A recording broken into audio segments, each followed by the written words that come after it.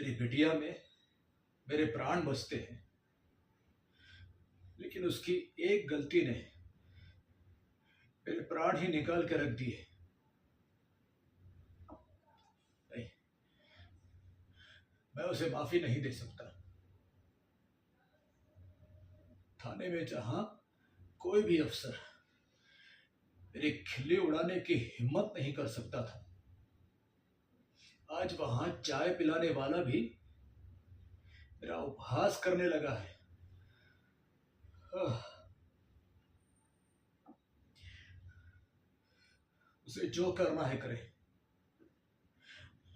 मेरा उससे कोई लेना देना नहीं, बिल्कुल नहीं। बेटी पराया धन थी, परायापन जता के निकल गई।